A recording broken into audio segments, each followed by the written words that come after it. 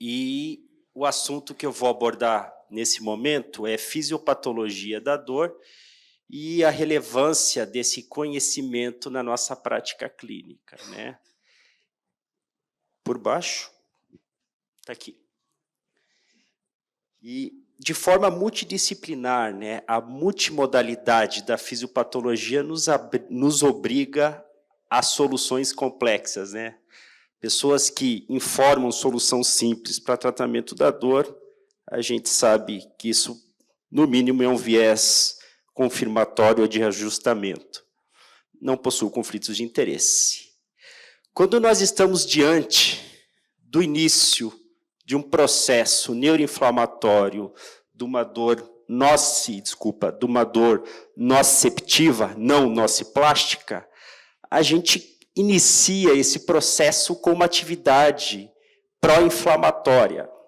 E essa atividade pró-inflamatória, vocês já ouviram falar em bradicinina, histamina e prostaglandina, mas temos falado ultimamente sobre a importância da ativação do mastócito no sangue periférico após a ativação desses nociceptores. Por quê?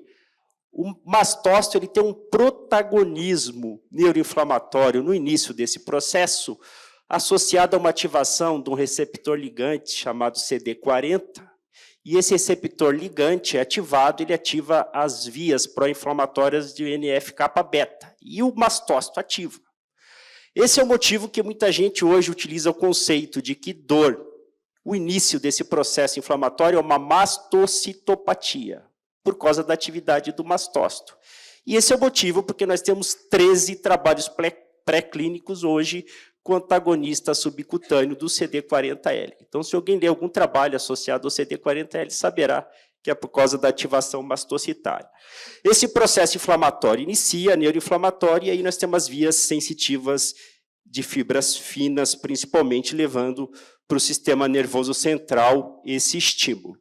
Esse estímulo da dor nociceptiva acaba tendo um primeiro neurônio sensitivo, onde o corpo do neurônio é no gânglio sensitivo, faz uma conexão com o segundo neurônio sensitivo.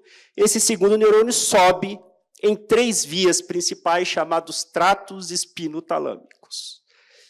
Antigamente, achávamos que era uma via única, hoje a gente sabe que essa via é dividida em 3 vias, sendo 2 vias subcorticais, e aí a aula do Dr. Rodrigo, associando a dor aos distúrbios, não foi do Dr. Rodrigo, foi do Dr. Daniel, a dor associada aos distúrbios neuropsiquiátricos, e uma das vias, que é a espinotalâmica neotalâmica, a via mais evoluída na nossa história filogenética, aonde existe uma ação cortical de um terceiro neurônio lá em cima no lobo parietal. A grande questão é que a gente possui vias antinociceptivas fisiológicas, que têm o objetivo de parar esse processo, de cessar esse processo. Então, numa dor nociceptiva, onde existe uma normalidade do sistema nervoso central e periférico, essas vias antinociceptivas vão agir para parar e inibir esse processo neuroinflamatório. A grande questão é que esse processo neuroinflamatório no paciente, quando tem um sistema nervoso periférico e central intacto, esse estímulo ele vem via as fibras ou axônios mais finos, a gente na neurologia usa o termo fibras finas, e quando essas vias sobem e ascendem, são as vias nociceptivas, como eu disse para vocês, nós temos 3 divisões. Nós temos a via neoespinotalâmica com o terceiro neurônio sensitivo que chegará lá no córtex parietal e na ínsula. Lembrarmos que é o córtex parietal que nos capacita de forma consciente localizar a dor e é o córtex insular que nos capacita a amplificar e ter percepção do grau de dor, associada a essa via neoespinotalâmica. Por outro lado, as 2 outras vias, paleo e espinoreticular, elas fazem um relé na região talâmica, mas param na região subcortical, e aqui estão envolvidas mais com o núcleo accumbens e corpo amidaloide, ou amígdala, e estão associados a afetividade do evento da dor. Isso aqui num processo fisiológico normal, onde a gente tem a dor nociceptiva. O grande problema é que quando nós temos uma lesão em qualquer dessas vias, seja nos receptores nociceptivos, uma lesão do nervo periférico, na medula, ou no sistema nervoso central encefálico, medula também é sistema nervoso central, aqui um exemplo, por exemplo, por uma lesão, um AVC no tálamo, fazendo a síndrome de Dejerine-Roussy, a gente pode, em qualquer localização dessa topografia, e a partir desse momento tendo uma lesão micro e macroestrutural do sistema nervoso central ou periférico, evoluir para a dor neuropática. Diferente do primeiro exemplo, do primeiro conceito, que é a dor nociceptiva. No caso da dor neuropática, a gente altera e perde o controle das vias descendentes que fazem o controle para que a dor não cronifique, que a dor não torne crônica e não amplifique os problemas afetivos, cognitivos e de distúrbios secundários, como os distúrbios do sono. Quando a gente perde esse controle descendente, a gente cai na situação que nos faz estar aqui, que é a evolução para a dor neuropática. Nesse processo, então, de dor neuropática, por lesão em qualquer local do sistema nervoso central ou periférico, a gente acaba tendo uma perda de controle das vias descendentes, ou seja, as vias antinociceptivas para fazer controle, e aqui a gente acaba tendo uma disfunção do núcleo da RAF magno, lembrando que esse núcleo da RAF no tronco encefálico é dividido em 6 subnúcleos, e principalmente a lesão do núcleo magno está associado a uma alteração da perda do controle antinociceptivo. E, por outro lado, a gente acaba tendo uma amplificação talâmica no córtex parietal, nos fazendo ter a localização da dor clássica, por isso que o paciente diz com clareza onde é o dermatoma alterado, por exemplo, e, infelizmente, a amplificação da dor evoluindo com hiperalgesia associada a uma alteração no córtex insular. Por outro lado, a dificuldade de percepção, a catastrofização e a cronificação da dor provavelmente esteja associada a uma amplificação, uma disfunção do núcleo accumbens, que tem 2 subnúcleos, e o núcleo central provavelmente está associado a essa ação, infelizmente, de cronicidade da dor.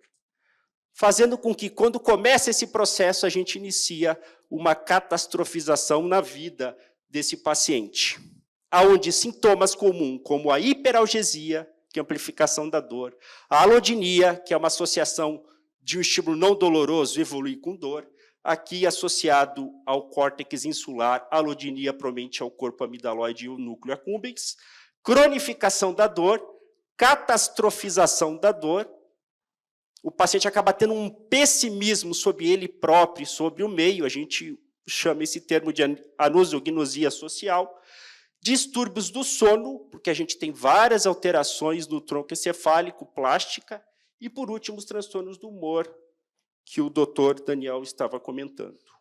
Levando a um processo que eu gosto de conceituar como piora da entropia. Dor neuropática piora a entropia da vida desse paciente. Todos nós estamos num gerundismo, indo para um processo final. E a nossa entropia vai aumentando ao longo da idade. Na minha percepção, a dor neuropática amplifica toda essa entropia, e por isso essa catastrofização, infelizmente, da vida desses pacientes. E essa entropia não é só do núcleo X ou Y. Como o cérebro é todo conectado por vias polimodais, essa entropia altera todos esses subnúcleos, seja subcorticais ou alterações corticais plásticas nesses pacientes. E aqui uma imagem, para mim, o maior autor que existiu nesse mundo, que é o Kafka, é a percepção, a metamorfose da autopercepção do paciente por evolução de uma complicação e uma cronificação do processo de dor. Problemas. Além da dor nociceptiva e conceito de dor neuropática, nós temos uma terceira situação, que é os outros tipos de dor, que recentemente nós chamamos e conceituamos de dor nociplástica. A Marina estava falando sobre isso, subtipos e fenótipos de apresentação, como fibromialgia, migrânia. E quando a gente pensa nessa evolução conceitual, ela surgiu porque existe um subfenótipo de cronificação da dor, onde provavelmente macroestruturalmente não existe alteração dessas vias nociceptivas, mas existe uma alteração do processamento, onde a gente altera o controle das vias antinociceptivas descendentes e ou altera o processo e amplifica as vias de ação nociceptivas ascendentes. Esse processo faz com que, infelizmente, a gente tenha uma alteração do controle da dor, dessas vias descendentes antinociceptivas, e, por outro lado, a gente tenha uma alteração plástica do locus ceruleus e da área tegmental ventral, esses núcleos e os seus subnúcleos estão no tronco encefálico, fazem com que exista uma amplificação das vias nociceptivas. Esses dois processos, de regra, acontecendo ao mesmo tempo. Por outro lado, eu acho isso interessante, provavelmente a gente afete menos, a gente tenha uma lesão maior do processo das vias subcorticais, que, como eu disse para vocês, existem 3 tratos espinotalâmicos, a gente altere provavelmente o trato talâmico e o trato rubrotalâmico, e a gente afete menos o trato neoespinotalâmico. Por quê? A gente sabe que provavelmente existe uma menor alteração cortical parietal e insular. O que isso interessa na prática clínica? É possível que, por esse motivo de afetar menos as vias neoespinotalâmicas, a apresentação fenotípica clínica desse paciente, da dor nociplástica, é uma dificuldade na localização anatômica. E que pode confundir alguns colegas, inclusive, como distúrbio somatoforme. E a gente, por um viés de ajustamento, de forma equivocada, erre no diagnóstico desse paciente. Onde a gente pode perceber que na dor neuropática existe uma clareza, provavelmente pela questão do córtex parietal, na dor nociplástica, essa imagem foi mostrada já pela Marina, esse paciente tem uma dificuldade localizatória, tanto no membro inferior quanto no membro superior, mostrando para vocês como é diferente a apresentação clínica desse paciente, porque a plasticidade é diferente. Resumindo, então, a dor nociceptiva não tem alteração no sistema nervoso central ou periférico, e sim um processo neuroinflamatório de início periférico, provavelmente associado a uma mastocitopatia.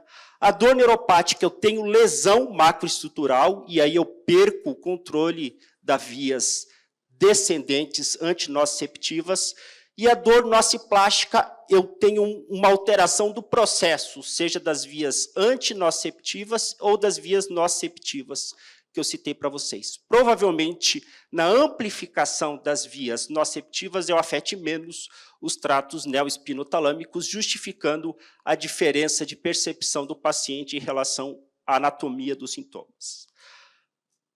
Eu percebo, vocês talvez percebam também, muitos colegas dando maior valor à dor neuropática, como se eu minimizasse os pacientes com sintomas nociplásticos. E aqui eu trago uma questão que essa certeza tem pernas curtas, né? Isso são certezas que não são reais. Por quê? Apesar de algumas diferenças semiológicas, existe grande similaridade entre dor neuropática e dor nociplástica. E a catastrofização dos sintomas são similares. Os pacientes têm uma cronicidade, porque isso afeta nesses pacientes, a gente sabe, núcleo accumbens nesses 2 subgrupos, distúrbios dos sonos e neuropsiquiátricos e a dificuldade terapêutica, a dificuldade da solução terapêutica. Se não existisse essa dificuldade, a gente não teria tantas apresentações de tantos colegas de áreas multidisciplinares para a gente falar sobre esse assunto. Terminando, existem 3 conceitos atuais de dor. A fisiopatologia da dor neuropática envolve lesão do sistema nervoso central ou periférico, alterando a modulação das vias descendentes. A fisiopatologia da dor nociplástica envolve uma alteração no processamento da dor por amplificação das vias nociceptivas e ou perda e redução das vias antinociceptivas. E, por último, hiperalgesia, alodinia, cronificação e catastrofização, distúrbio do sono e do transtornos do humor são complicações e comorbidade dessas duas situações, né? Que a gente trate com seriedade e que a gente entenda que não exista uma solução fácil para a terapia dessas situações. Obrigado.